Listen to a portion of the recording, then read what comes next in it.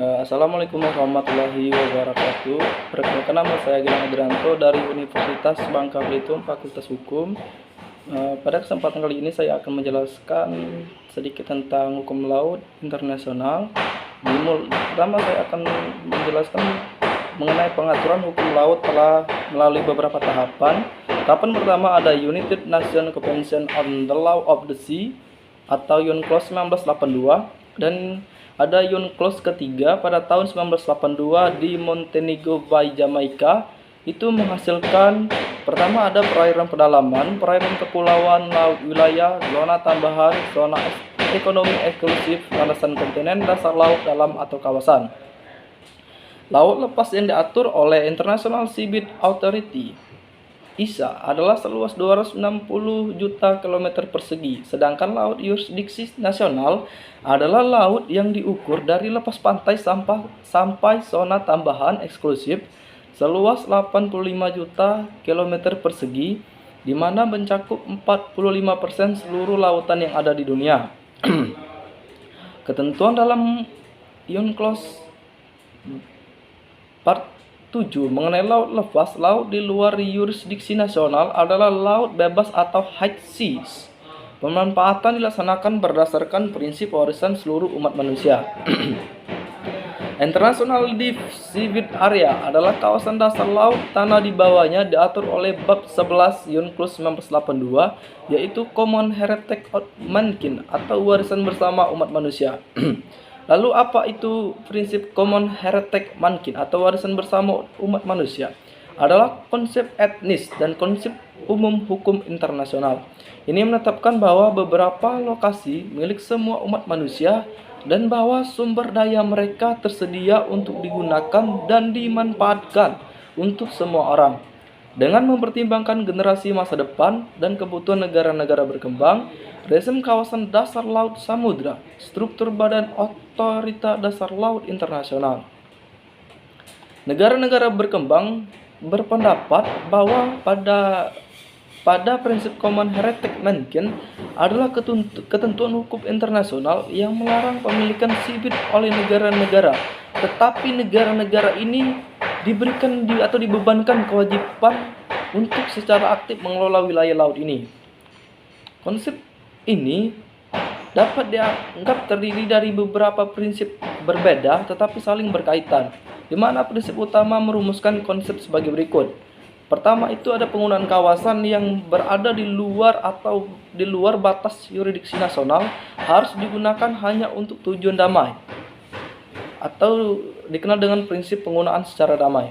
Yang kedua adalah prinsip penggunaan non-eksklusif, adalah penggunaan terhadap kawasan yang berada di luar batas yurisdiksi nasional tidak boleh dikategorikan ke dalam kedaulatan.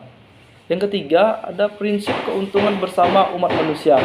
Kebutuhan penggunaan terhadap kawasan seperti eksplorasi dan eksploitasi sumber daya alam yang terkandung di dalamnya harus dilakukan untuk kemanfaatan bersama seluruh umat manusia.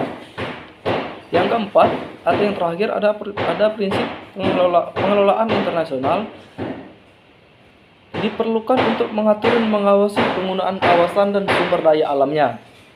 Dalam konsep Common Heritage of Mankind terdapat 3 prinsip ketentuan yang sudah saya sebutkan sebelumnya. Yang pertama ada prinsip penggunaan secara damai, prinsip penggunaan non-eksklusif, di mana wilayah-wilayah tersebut tidak tunduk kepada kedaulatan negara manapun. Keuntungan bersama umat manusia, pemanfaatan wilayah tersebut harus ditujukan untuk kemaslahatan seluruh umat manusia, bukan keuntungan sepihak baik negara maupun entitas lainnya. Prinsip pengelolaan internasional, di mana dalam pengelolaan terdapat entitas yang bersifat internasional yang diberikan kewenangan oleh negara untuk mengelola dan mengatur pemanfaatan sumber daya alam yang terdapat di kawasan Common Heritage of Mankind. International Seabed Authority adalah organisasi yang dibentuk untuk menjalankan fungsi dan perannya dalam melaksanakan prinsip Common Heritage of Mankind terhadap kawasan dasar laut dan samudra dalam yang di luar batas yurisdiksi nasional. Lalu muncul pertanyaan, seandainya besok Indonesia akan melakukan eksploitasi minyak di kawasan, apakah diperkenankan? Baik, sebelumnya Konvensi 3 Perserikatan Bangsa-Bangsa tentang Hukum Laut UNCLOS 1982 itu membagi laut dalam 3 bagian. Pertama, laut yang merupakan bagian dari wilayah kedaulatan sebuah negara atau yang dikenal dengan laut teritorial dan laut pedalaman. Sudah jelas apabila Indonesia akan melakukan eksploitasi minyak di kawasan negaranya atau di kawasan laut teritorial negara Indonesia, itu sudah pasti diperkenankan atau diperbolehkan. Yang kedua, laut yang merupakan wilayah kedaulatan sebuah negara, namun negara tersebut memiliki sejumlah hak dan yurisdiksi terhadap aktivitas tertentu dalam zona tambahan dan zona eksklusif.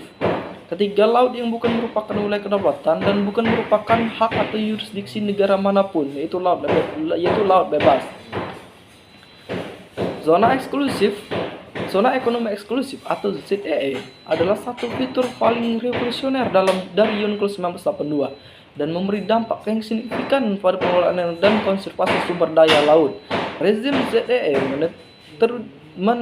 menertibkan klaim-klaim sepihak unilateral atas perairan oleh negara-negara di masa sebelumnya dengan memberi hak kepada negara pantai untuk eksplorasi dan eksploitasi, pengelolaan dan konservasi sumber daya alam hayati dan non-hayati dari dasar laut dan tanah di bawahnya, serta air di atasnya dan kegiatan-kegiatan lain untuk eksplorasi dan eksploitasi ekonomis zona tersebut, seperti pembangkitan energi dari air, arus laut, dan angin. Hak eksklusif di zona ekonomi eksklusif disertai tanggung jawab dan kewajiban.